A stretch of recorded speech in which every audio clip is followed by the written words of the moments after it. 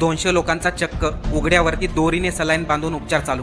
ही सर्व घटना महाराष्ट्रामध्ये बुलढाण्यामध्ये घडली आहे। या 200 लोकांबरोबर नेमकं काय झाले आणि त्यांचा उघड्यावरती दोरीला सलाईन बांधून उपचार चालू का होता हे पाहण्या अगोदर आपण आमच्या चॅनलवरती नवीन असाल तर सबस्क्राईब आणि फॉलो नक्की करा। हॉस्पिटलच्याच बाहेर 200 रुग्णालयांचा दोरीने सलाईन बांधून उपचार चालू होता। या हॉस्पिटलमध्ये या पेशंटवरती उपचार करण्यासाठी पुरेशी सुविधा देखील नव्हती। बुलढाणा जिल्ह्यातील एका गावामध्ये हरिनाम सप्ताहाचं आयोजन करण्यात आले होते। त्यामध्ये प्रसाद म्हणून भगरचे जेवण ठेवण्यात आले होते आणि हे भगरचं जेवण केल्यानंतर 200 लोकांना विषबाधा झाली।